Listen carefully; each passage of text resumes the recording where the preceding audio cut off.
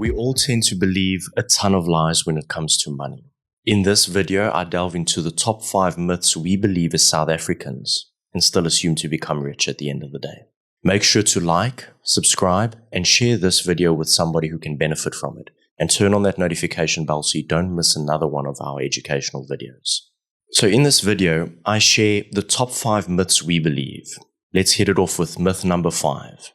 Myth number 5 that we tend to believe is black tax allows us no opportunity to grow our wealth. Now, for those of you who are not familiar with what the term black tax means, let's reconstruct it and call it family tax, right?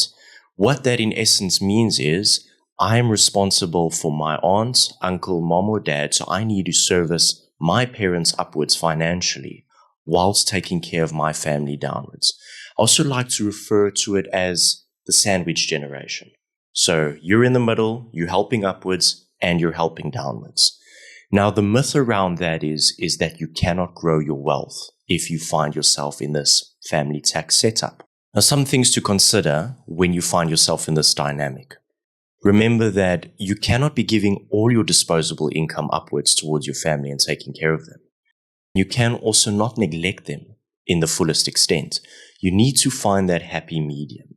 And sometimes it helps having those open conversations to explain your situation and say, look, I'm not able to do X, Y, and Z, but I can at least do X.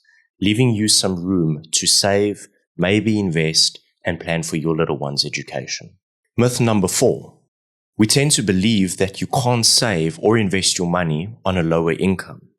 And while that stands to be true to a certain extent, what we also need to consider in this instance is, let's go back. What is your behavioral psychology around money? Do you use your money as a goal point to reach zero by the end of the month? And if that is the case, then yes, it is going to be difficult saving on a low income. But maybe backtracking and going through the budgeting exercise and having a look and seeing, am I not maybe spending money unnecessarily? If that be the case, with a few tweaks on your budget and some good self-control, you'll be able to squeeze out a couple $100 that you can save somewhere. Myth number 3. We all tend to believe that owning a vehicle is a sign of wealth. Now that couldn't be furthest from the truth. Owning a vehicle, 98% of vehicles depreciate in value year on year. So owning a vehicle is most definitely not a sign of wealth. Don't go and overextend yourself on buying this big vehicle or this fancy car to go and impress your friends to show them that you've made it. Remember, being rich is loud and wealth is quiet. Nobody really knows about that.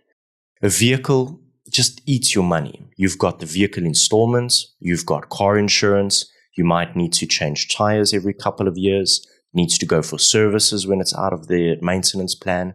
So be very careful to think that a vehicle is a sign of wealth. Myth number 2. A funeral plan is not a financial plan. So many times we have these discussions and the comment that would come up is, but I've got funeral cover. Funeral cover only caters for your funeral. It's not a sign of complete financial planning. You need to also consider things like your emergency fund, your retirement fund, your risk portfolio, like your life cover, short-term insurance, all of those things.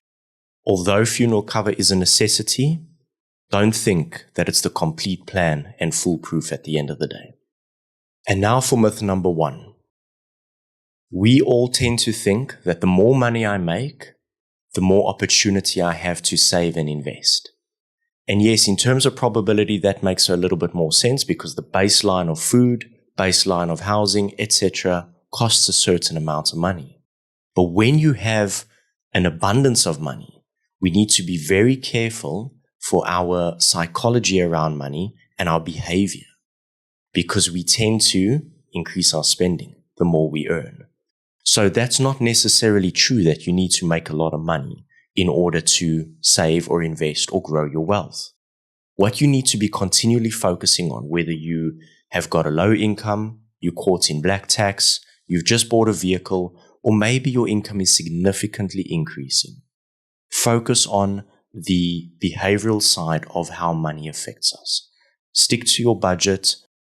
practice delayed gratification, and stick to those things of financial principles that will grow your wealth in the long term. Well, that's it, the 5 money myths we believe as South Africans. And if you've ever considered a tax-free savings investment, make sure to watch this video. Some really helpful tips in there for you. Until next time, we'll see you then. Cheers.